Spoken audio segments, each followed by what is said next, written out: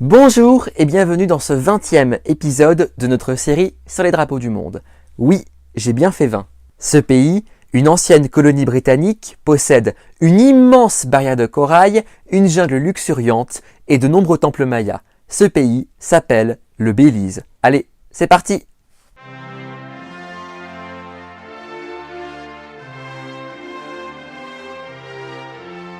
Le Belize est un petit État d'Amérique centrale d'une superficie de 23 000 km².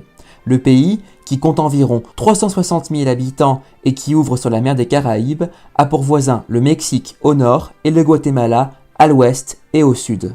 La capitale, Belmopan, inaugurée en 1970, fut construite à l'intérieur du territoire après que l'ancienne capitale, Belize City, fut presque entièrement détruite par un cyclone en 1961. Peuplé depuis des siècles par les Mayas, lieu de refuge pour de nombreux pirates, le territoire de l'actuel Belize fut le théâtre d'une rivalité entre les Espagnols et les Britanniques. Ce sont finalement ces derniers qui vont durablement s'implanter à partir du XVIIIe siècle. En 1862, le Belize devient officiellement une colonie britannique et prend le nom de Honduras britannique. En 1964, le Honduras britannique obtient un statut d'autonomie élargi et à cette occasion, la colonie britannique se dote d'un nouveau drapeau avec un fond bleu au centre duquel se trouve un cercle blanc qui abrite les armoiries du territoire. En 1973, le Honduras britannique reprend son nom originel de Belize. Le terme Belize provient du nom d'une des trois rivières qui coulent dans le territoire, appelée Rio Balis, lui-même dérivé du terme maya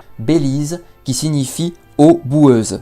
Et finalement, en 1981, le Belize obtient son indépendance dans le cadre du Commonwealth, la reine Elisabeth II gardant son statut de chef de l'État, représenté par un gouverneur général local. Le nouvel État adopte un drapeau très proche de celui utilisé depuis 1964. Le fond bleu et les deux bandes rouges situées en haut et en bas du drapeau représentent les deux principaux partis politiques du pays. Le bleu est la couleur du PUP, le People's United Party, plutôt classé à gauche de l'échiquier politique du Belize, tandis que le rouge est la couleur du UDP, le United Democratic Party, plus conservateur. Mais la partie la plus intéressante du drapeau, celle qui saute aux yeux en premier, est incontestablement le disque blanc qui abrite les armoiries du Belize.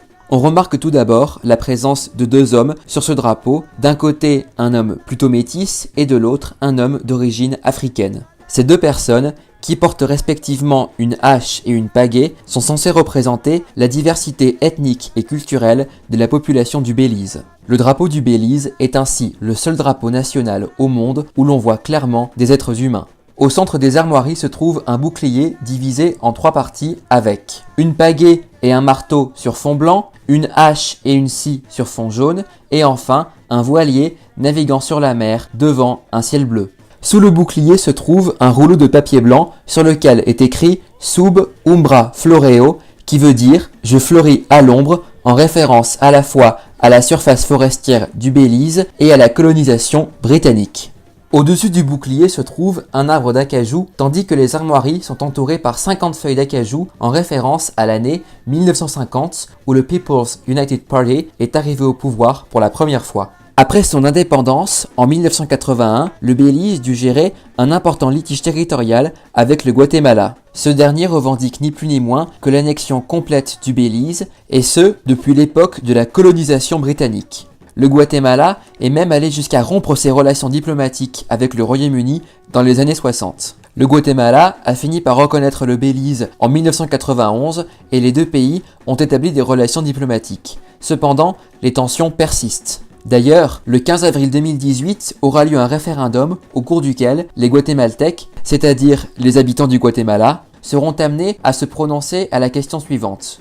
Approuvez-vous de confier les revendications légales du Guatemala sur le Belize concernant les territoires continentaux et insulaires et toutes les aires maritimes associées à ces territoires à une décision finale de la Cour internationale de justice et à ce que soient ainsi déterminées les frontières des territoires respectifs des deux parties?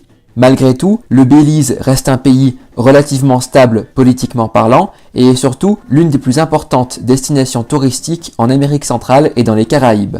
Entre sa barrière de corail, la deuxième plus grande au monde après celle de l'Australie, sa jungle luxuriante et ses temples mayas dont certains datent de plusieurs milliers d'années, il y a beaucoup de choses à découvrir dans ce minuscule état. Il faut évidemment espérer que le Belize préserve à la fois ses sites archéologiques et naturels et qu'il maintienne de bonnes relations diplomatiques avec ses voisins.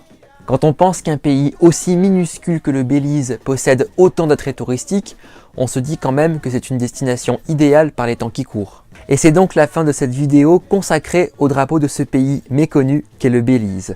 J'espère que cette petite escapade dans ce paradis tropical vous aura plu. Abonnez-vous à ma chaîne YouTube, aimez et partagez cette vidéo et retrouvez-moi également sur Facebook, Instagram et Snapchat. La semaine prochaine, nous partirons en Afrique noire à la découverte du drapeau du Bénin. Quant à moi, je vous retrouve vendredi pour une nouvelle vidéo. Salut les amis!